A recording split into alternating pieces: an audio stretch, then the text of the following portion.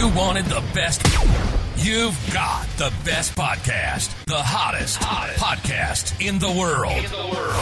The Chris Voss Show, the preeminent podcast with guests so smart you may experience serious brain bleed. The CEOs, authors, thought leaders, visionaries, and motivators. Get ready. Strap yourself in. Keep your hands, arms, and legs inside the vehicle at all times, because you're about to go on a monster education roller coaster with your brain. Now, here's your host, Chris Voss. Hi, folks. It's Voss here from thechrisvossshow.com, thechrisvossshow.com. Hey, we're coming to you with another great podcast. We certainly appreciate you guys tuning in. Thanks for being here. We've got amazing authors on the show. The title of the new book is The Birth of the Everyday Real Estate Investor. We're going to be talking about that. Just came out November 1st, 2022. But in the meantime, we want you to go refer the show to your family, friends, and relatives. Go to goodreads.com/Chris Voss. Go to youtube.com/Chris Voss. All those places on the internet, you can find us, LinkedIn, and every place in between. We're going to be talking about real estate today, investing, creating wealth, et cetera, et cetera. You may be interested in creating wealth. Last time I checked, everybody's kind of into that sort of thing these days. But we've got Glenn Schworm and Amber Schworm on the show with us today. The new book out is The Birth of the Everyday Real Estate Investor, How Real Estate, Not Stocks, Creates Wealth. It's just came out November 1st. You want to order up wherever fine books are sold. Remember, stay out of those alleyway bookstores because you might get shivved or you might, need a tetanus shot. I stubbed my toe and it's turned into a green infection. But other than that, stay out of those alleyway bookstores. Welcome to the show, Glenn and Amber. Thanks for coming on. We certainly appreciate having you. Thanks for having us. We're excited to be here. There you go. And so you've got the new book out, and then you've also doing some things on those interwebages. Give us your .com so people can find those on the interweb, please. Yep. So we're in a lot of different places, but to keep it really easy, we created a website that has all of our stuff, which is glennandamber.com. And Glenn has 2 N's on it. So glennandamber.com. There you go. And what motivated you guys to write this book? What was the proponent for that? We've been, 15 years ago, back in 2007, we started investing in real estate. So at the last big recession, right? The last big recession, that's when we started. And so we didn't know any better. We were just $80,000 in credit card debt, and we decided to flip a house. And that has turned out to be about 1,000 houses now, 15 years later. Holy crap. Yeah. And a big rental portfolio. And we also have a big education piece where we help other people. And so, a lot of the conversation that we have found is that we relate really well to everyday people, just people that are trying to figure out their life and they have a little bit of money, or maybe they're trying to get ahead, and I've been an entrepreneur my whole life. So that's kind of what inspired us to write the book, was to say, listen, here's kind of our journey. Here's how we did it. Here's the steps we used. Here's how we raised private money. Here's all the different ways we kind of just break it right down. It's a thorough book. And that was kind of the inspiration behind it, was just to tell our story a little bit and say, listen, this is how we did it. If you want to do it too, here's how you can do it. There you go. So you guys do a lot of work in educating people, helping people create wealth through real estate investing. And then give us an overview of the book. What some of the details, some of the tricks you share inside, just some teasers, if you would. Gosh, we go over, I kind of tell my original story of how I realized that real estate could build wealth. So I was brought up in upstate New York we were pretty poor growing up. My dad was a butcher, mom had a housing job, bus driver, that kind of stuff. Not a lot of money, 4 boys. And we took a motorcycle trip in the mid 80s from New York, upstate New York, to Colorado, Pikes Peak. And it was to burn my parents' mortgage because they had paid off their house. So at 14 years old, I'm having this discussion, how much you pay for your house, Mom? And it was like $12,500. I went, what? And then, and I said, how much was your monthly payment? She's like, $51 a month. I'm like, a month? So I got thinking, what? Now, at the time, I remember saying back in the 80s, what's your house worth now? And back then, maybe the house was worth $75,000 or something. But I thought, you paid $12,500 for something that's worth $75,000? And then as time has went on, as I got older, I started thinking about that. Wow, I thought, that's how you build wealth. So what if I had 10 of those? Yeah. How would I pay for 10 of them? How does rent work? And so that's kind of in the book, I tell different stories about we tell kind of how this journey came about. But there was a gentleman a guy that came from Italy, in the town I grew up in, and his English was really rough, but he built everything. He had 50 houses he owned, a couple of hotels. He was playing real life Monopoly while I was playing board game Monopoly as a kid growing up. And I looked at him and said, that's pretty cool. Like, I wonder how we can do that. And really, we fast forward to 2007, and Amber and I connected, and we kind of decided that's what we want to do. So we decided to flip a house, but then the market tanked, right? Right. A house, and then 2008, everybody tells us that we shouldn't be doing real estate. It's the worst thing in the world. Get on real estate. And we were already in. We'd already bought a house. We already had 2 more under contract. And we're like, well, let's keep pushing, right? We're scared to death. Like, we were like, well, we didn't know any. People look back now and say, you know why you guys have built so much wealth? You knew when to get it. You guys were so smart. I'm like, we were dead broke. We were $8,000 in credit card debt. Yeah, we're desperate. I'm like, we weren't smart. We were desperate. But we pushed through that fear, and we pushed through ignoring everybody. I think that right now, Chris, we're moving into a time in society where it's going to happen again. I think it's already today. Right, just about 2 hours ago, I had somebody call me, one of my investors, say, hey, someone told me it's a bad time to get into real estate. I laughed. I said, yeah, but you remember we had this conversation 15 years ago. He's like, yeah, you did. That's true. That's true. I mean, there's, you buy low, sell high. There's always a bottom to it. When I moved back to Vegas from California, there was an investment portfolio of lawyers who'd bought hundreds of properties that were literally in, HOA bankruptcy when the market had totally crashed and stuff. And they made a really interesting killing. If you're familiar with their story in Nevada, they were able to, Nevada has some weird titling laws where the HOA is technically the first on title. And so they literally took over all the properties and wiped the first and second bank holders. Oh, wow. Paying off the HOA debt, which means they got these properties for like $12,000 or something.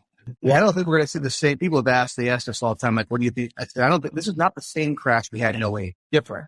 But so you think it'll be a different crash then, huh? Very much, because that was all brought on by bad lending. That was all brought on by, that was a financial crisis, but it was all based around real estate. Real estate right now is part of that, but it's not the main driver of what's going on. It's not bad lending or fraudulent lending or, aggressive lending. It's nothing to do with that.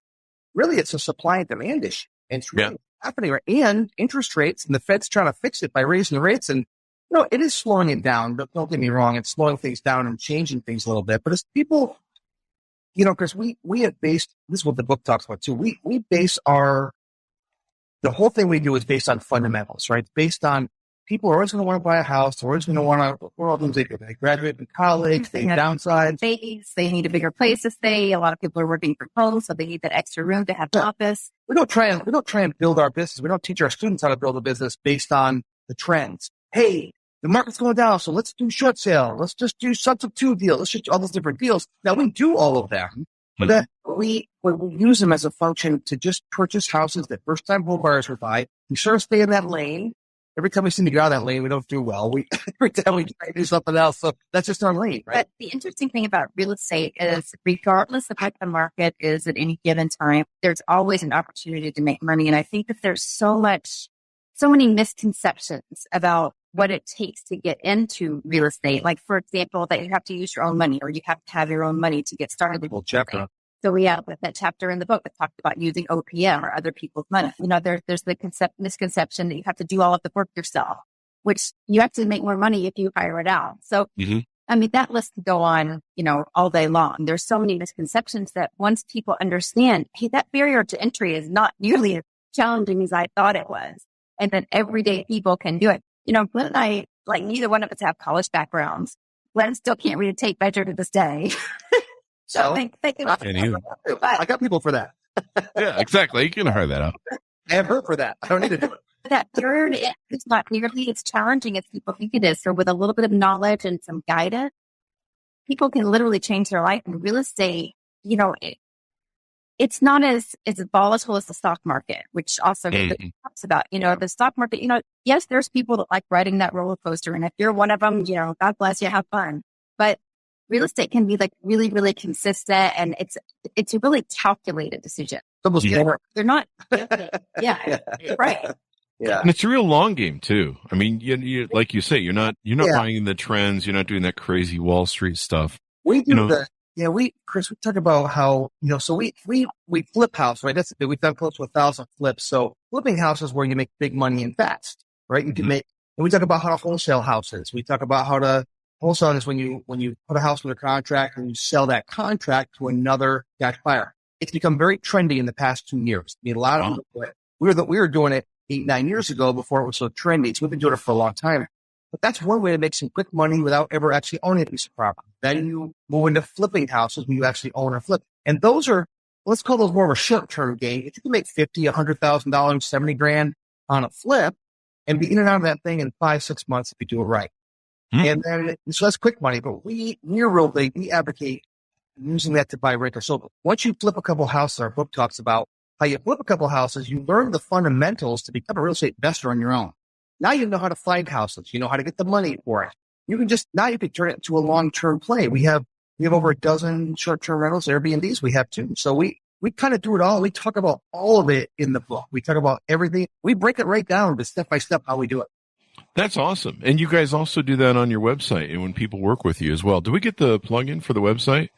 Let's do that. We do. Yeah, we put out a pretty regular throughout the year. We put out what's called the home flipping workshop, the home flipping workshop. And we charge just $59 to come for 3 full days to hang out with us. It's Zoom. So it's live. It's not a webcam. It's interactive. I'm on a stage and we've been doing this since COVID shut us down. We had to go to virtual. It's been awesome. It's been awesome. We have so much fun. We have students all over the country. We have thousands of students now, and I have a blast doing it. It's so much fun. I think we're so good at it because we're also doing it. Like we're live in the field. We're flipping. My company last year did 101 deals last year. So, our company, we know what we're doing there. So I think because we're in it, we can teach it.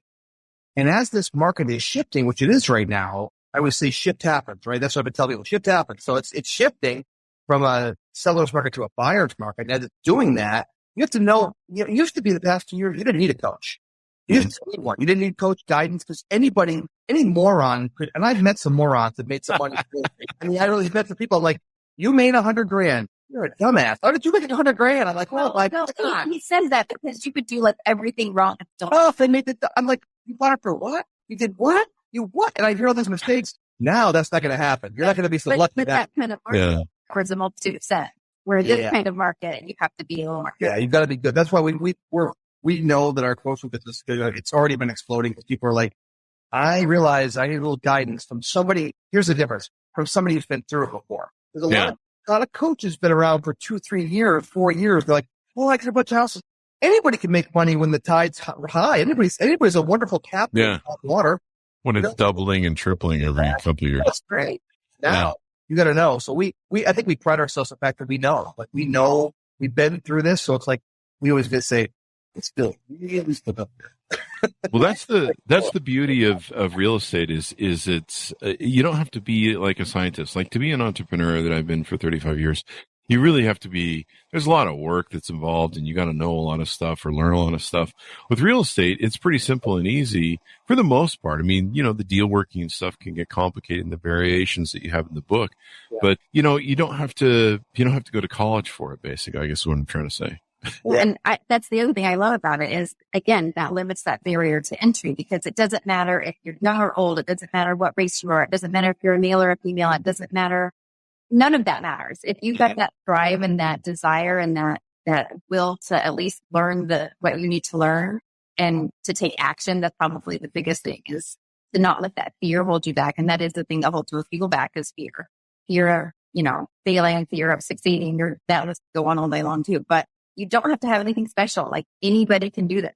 Chris, if you're a lifelong entrepreneur, you know that fear and mindset is the toughest game. And, we're kind of talking about before the show, like when you're writing the book and you get to the end, you're like, am I going to make this thing? If you're pushing through that last % where it's like, this sucks. But usually success is right after that.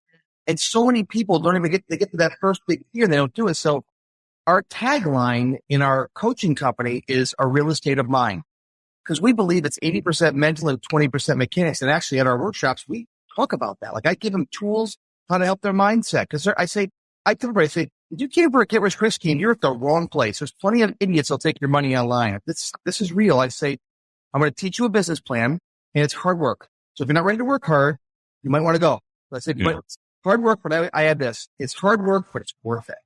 Yeah. Ever. Yeah, it's not complicated. Like, the biggest challenge of being an entrepreneur is, well, you have a high failure rate. You have a lot of competition and stuff. I imagine you do in real estate, but I have to innovate something. I have to take an widget. I have to innovate it, and then I got to make it priceable and market stuff, and then I got to keep innovating because the market's going to change if I find a successful model. But real estate is something just about everybody can do. Every human being wants a house or a house to live in, start a family in. How much did COVID really change the game of real estate? Because I know a lot of people, we've had a lot of authors and professors on the show have written about how COVID, people, because they're stuck in their home now, they've looked for home expansions and more room and something that maybe will facilitate a home office. And I don't see remote working going away. I see it actually expanding. And it seems like that's actually really creating a lot of demand for homes. And, you live with your spouse originally and you see them maybe, 16 hours a day. If you're lucky, you're 18 with your commute. Now you're stuck in the house together and you need a little bit more space to get away from them, I suppose. I don't know. Especially live with me. I want to say him first. I felt that coming. I feel like we teed her right up for that one. I felt like that was going to be. It's like save a marriage or get a bigger house. What should we do? There you go. And a lot of people were moving out of big cities too. Yeah, that's true. Yeah. More neighborhood areas, and that definitely did happen. There are people that are going back into the workforce and not working at home. So I kind of feel like that's going to probably level out some. Mm-hmm. But the interest rate thing was the thing that really changed because they're like, let's lower the interest rates to try and stimulate the economy. Well, man, they realized the boom that would cause in housing. Listen, we moved from New York, upstate New York, down. We live on the beach down in Florida. We live in the St. Pete area, so we're on the West Coast, and honestly, the interest rate was so cheap when I called for this size of a jumbo loan. I'm like, I don't know. That's a lot of money for a house. I don't know. And I called and they're like, well, it's going to be this much. I'm like, what?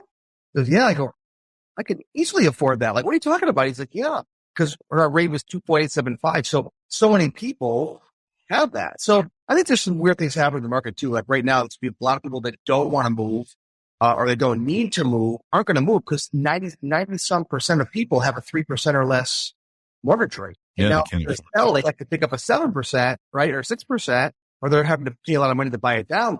So that's a dynamic. What we talk about in the book, there's a whole section, I think it's multiple chapters on motivated sellers, right? So there's 9 different D's that we have as a motivated seller, like death and disease, divorce and decay and dilapidated and downsized and destination. These are things that make people say, I have to move. I don't necessarily want to move, but I have to move or I have to get rid of this property. And that's where the money is. The money is when somebody says, I don't have time. I don't want to go through the process of putting this on the market, letting people come through. Because now the market's not so hot. Like people are still buying houses, but it's taking people a month to sell their house instead of 1 minute. Yeah. Literally people are having the first day 100 offers. And we had that in upstate here. We had some properties with 20 offers. I'm like, what?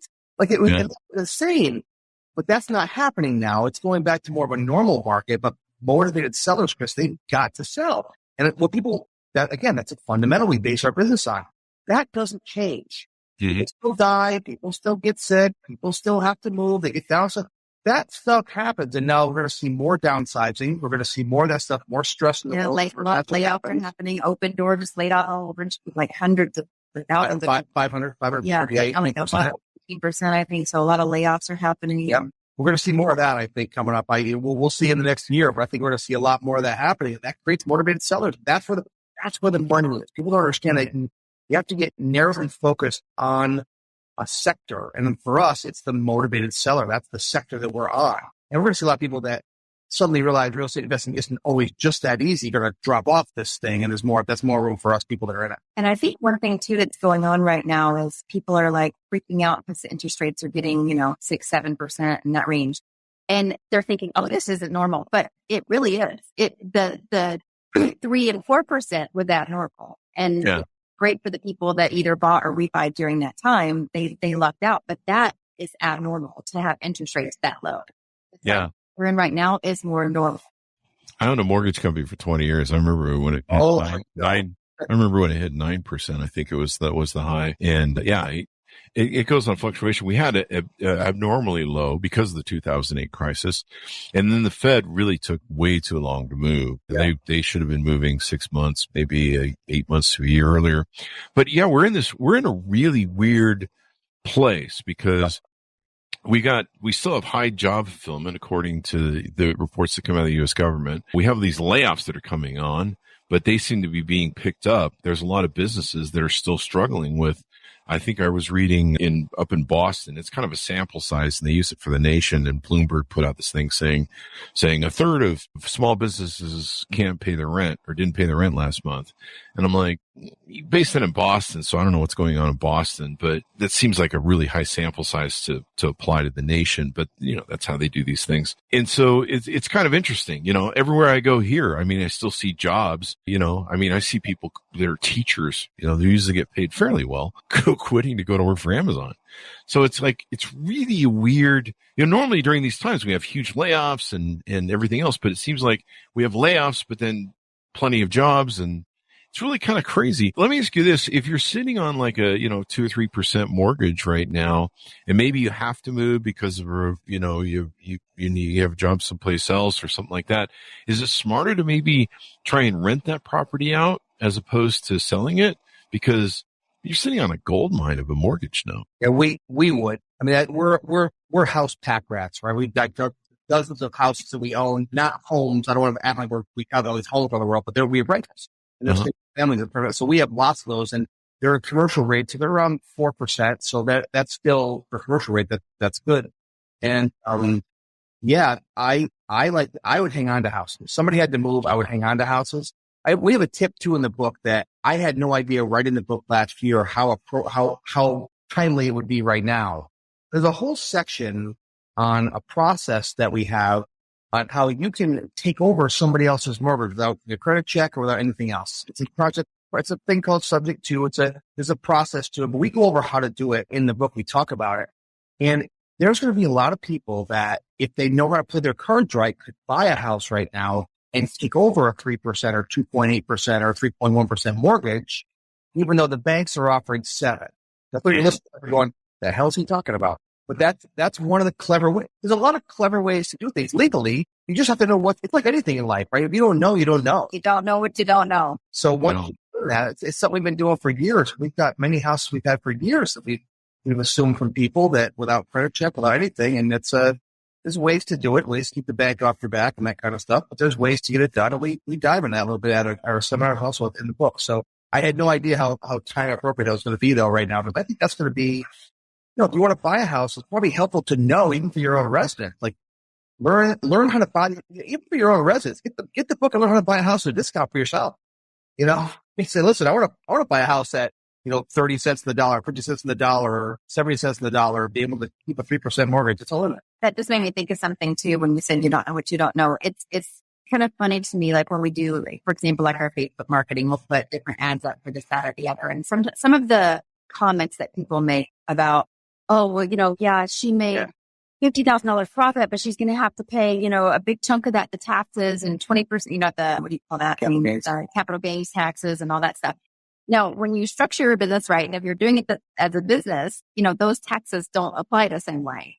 So it's, again, a case of you don't know what you don't know. So when you do get that education, it just is a game changer for people's lives. Yeah.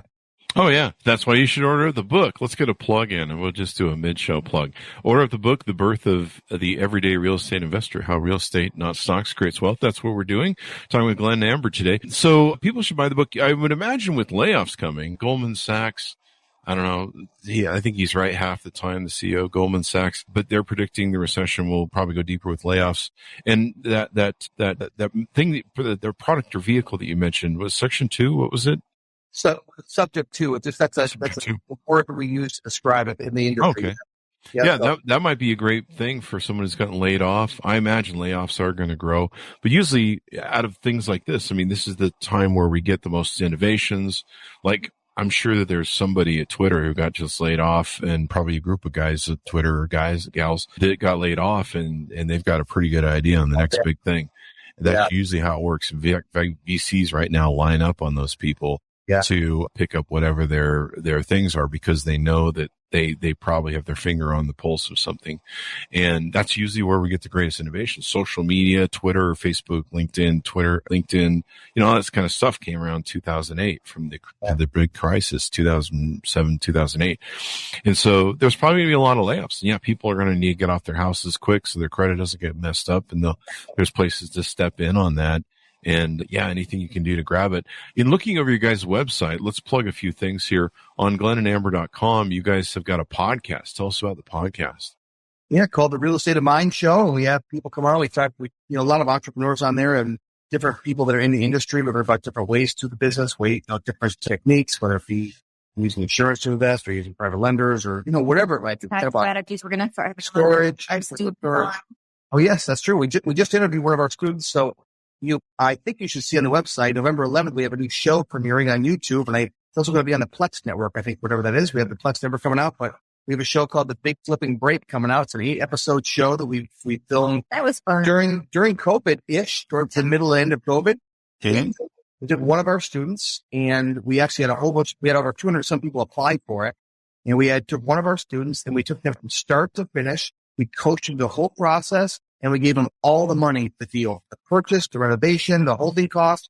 We gave them all the money, and then we split the profit 50-50 with them. And what they didn't know was at the end of the show, if we liked them, we were going to become their private banker and always fund their deals. And now we do. They passed the test.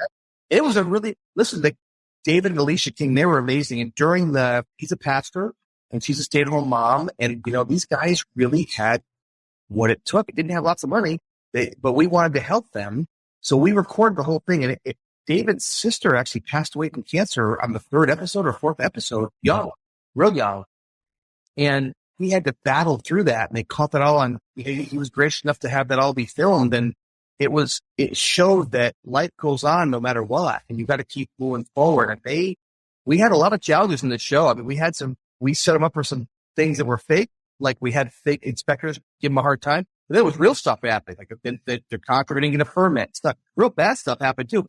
I think I love the show, but it wasn't staged. It was all real. It wasn't a BS show like you see it. Other network shows. Hell, let's redo that when you're angry again for Ford. Let's redo that again. It's the anger this time. Give me an angry face. Oh, shut up. So it's real what we do. We caught us lying. There you go. Really, really important to Glenn and I, whether at our workshops or the books or any sort of engagements that we do, is authenticity. Because I think people see through that. Like, we're not the types that are going to go, flash fancy cars or fancy watches and, crack out shoes. And I mean, I'd rather be in my tank top and flip flops, to be honest with you. But we like to keep it really real. And that's probably the biggest compliment we get at the home flipping workshop is, you guys just tell it like it is. Like, we don't sugarcoat anything. We don't sit there and say, like he said, this isn't a get rich quick scheme. It's hard work, but it's worth it. And, we tell about our failures as well as our successes because we want people to understand, there is a risk anytime you do any sort of investment. So, if you do X, Y, Z, there's a good chance you're going to lose money. And hey, here's what we did where we lost money. So we just like to be really, really transparent and really authentic and really genuine. That seems to be, if anybody wants to Google home flipping workshop online or on Facebook or online, I think in both Facebook and there at this current time, there's probably between 600 and 700 5-star reviews on each platform. Wow. And it's all 5-star. We've only had 1 or 2 lower ratings. And most people, we read them after the event. They're always like, yeah, you guys are real. Cause we're just the same way we're talking now, the same people we are on stage. Doesn't matter if we have 1,000 people in the room or 2. Doesn't matter. Yeah, I saw a post the other day that this guy was putting on, and he was talking about somebody else that's rather flashy online. And he said, I'm going to start being flashy because that's what people want. And I think people want authenticity. Well, I told you that. They do. She came back to me and said, that's not us. And I said, yeah, I think that. I think people will see through that. Like, if that's you, if you were a flashy person, then yes, maybe people are going to be drawn to that, or it's going to attract a certain type of people. Yeah. I think that's more for the Kardashian Instagram crowd. I mean, you guys are doing business stuff and, normal human being stuff. Yeah, I know, the normal. Yeah. That's why I think that's where it looks about the everyday person. Because that's I always say, that's because what do we say? We say our goal is to help everyday people build wealth through real estate investing because that's who we are and that's what we did. There you go. So on the website, glennandamber.com, you guys, we've talked a little bit about the home flipping workshop. Tell us about the Millionaire B&B Blueprint. Yeah. Yeah, that's our short-term rental program. And it was, I guess, right before COVID hit, we opened our first Airbnb short-term rental. And it's in upstate New York in a normal neighborhood on a dead-end street. And like, we had concerns about it, whether it was going to perform well or not. Like, I wasn't sure about it at all. It's across the street from our home back then. Right. So we wanted to watch it and see how we do. But there you go. If we were to rent that house out on a normal basis, we'd be making $1,500-$1,600 a month, just as a regular, like, long-term rental. And as a short-term rental, we gross between like $3,000 and $4,000 a month. So we're like, okay, this is working. So we literally opened about a dozen more on top of that. And nobody says, hey, honey, let's go to upstate New York on vacation. So my thing that is, it's not a vacation destination. This is, everyday neighborhood. Huh? So we want to open that possibility up to other people. So we put together a course. My son and I run that. We fired Glenn from that. They did. They fired me, Chris. They just said, I want to get cold me. Cause too much chaos. Yeah. Get out of here. I'm like, okay. I have a couple of friends that the wives have done that. Yeah. So yeah, they do create chaos, but it's a great way to create that passive income, and the benefit of having, whether it's short-term or long-term rentals, is you get the cash flow plus you get the long-term asset. And we want to have, houses all over the United States or even all over the world. It's a great way to have that second home pay for itself. Yeah. We were here a couple years ago, right before COVID. Right before COVID. We went to family vacation in Europe, and by the way, don't take 7 people to Europe together, 7 people for 3 weeks. And way too many. Two babies, too much. Yeah. So anyway, that's a whole different story. But we stayed in Airbnbs, and that was sort of a little light bulb when we were like, so when we decided, we should get Airbnbs around the world. I just didn't think they'd work in a regular neighborhood that wasn't a travel vacation destination. Yeah. But they did. Yeah. We've had it for over 2 years now. So that course takes people from A to Z and teaches them how to start their own short-term rental business successfully. It's kind of interesting. There's a lot of investment companies that bought up stuff, turn them into Airbnbs, and it seems like I was reading that one of their big portfolios is doing well, and I wonder if they're going to start selling some of their portfolio onto the marketplace and open up the inventory a little bit. That should be kind of interesting. See how that plays out. I think we'll see what happens with the recession when it happens. Because the one thing, I wonder how vacation destinations will do. Where the reason I think we've done so well that people travel there they travel to New York for business, for family, for school, for basic, like guys traveling through, they don't want to stay in a hotel because there's 3 guys on a job for they stay there. It's cheaper for them. We had a guy that was test driving a brand new car, and it had to put in the garage at night so nobody could see it. Yeah. It's just really weird random thing. Again, people come there because they have to. They need a place to stay. Yeah. So we'll see with the recession what happens if people stop with vacations. You never know. I agree with you, Chris, although it's a really weird market. It's a very unpredictable, and if anybody tells you they know what's going to happen, they don't know. No one has a crystal ball. And I think we thought right before COVID the recession was going to hit, and all of a sudden it exploded. Like all of us we belong to some masterminds for real estate. We're all talking about, okay, let's brace for the recession that, 2020, and literally 2020 was like, it's going to be terrible. It's going to be terrible. You sold how many houses? Oh yeah. We're like, what? And people hold on to their jobs because they think of it as this like false sense of security, but they'll lay you off tomorrow if it's not going right for business. So there's really no security there. And I saw a post the other day that struck me, and it was like a list of, 5 or 6 things. I don't remember all of them, but it was like, being an entrepreneur is hard. Being a stay-at-home mom is hard. Being a teacher is hard. Owning your own business is hard. Being in real estate is hard. Choose your hard. Well said. Being poor is hard. Being poor is hard. Yeah, being poor is hard. Being poor is hard. Yeah. In fact, they usually take it the hardest because they don't have any other resources. Yeah. Right. So they take it on the chin. I like that. You should guys make a shirt just about anything. I mean, anything you do is hard. Like sometimes I'll be talking to some of the young people in our gaming community, like, oh, that seems like a lot of work. And I'm like, anything, let me give you a tip, kid. Anything of value, anything worth having in this world is hard. So you might as well just put on your big boy pants and shoes and I said the same thing in my events. Where I'm speaking, I say anything in life worth anything was never easy to achieve. Yeah. So it's, you just buckle up and know if you want to have wealth, if you want to have passive income, you're going to have to work. It's not going to have to be, I don't care what younger generation, oh, well, I'm going to make a lot. Yeah, it doesn't happen overnight. I'm going to be handed it. Got to work. Mm-hmm. At the end of the day, you can say all you want, but you have to work. That's my opinion. You definitely do. And plus security, gives you security, especially when you've got long-term rentals or long-term, residual income. There's the tax benefits of it as well. You want to touch on that a little bit? Yeah. Yeah, we talk about, in the book, we touch on the tax benefits. I don't, sometimes get lost in that stuff, and I'm not a tax expert, but just depreciation alone helps so much. Oh, yeah. Yeah, for 27 and a half years or something like that. So you can depreciate your outputs, and it's a huge thing. I'm in our mastermind. There's people that at the end of the year and say, look, I got an extra $500,000-600,000 I've made. I don't want to pay tax on. Well, let's get that reinvested right away into property. Use depreciation to, reduce my tax cost. People don't understand. They're like, well, how are these people not paying taxes? Because legally, if you know how to use the system, you don't have to. Mm-hmm.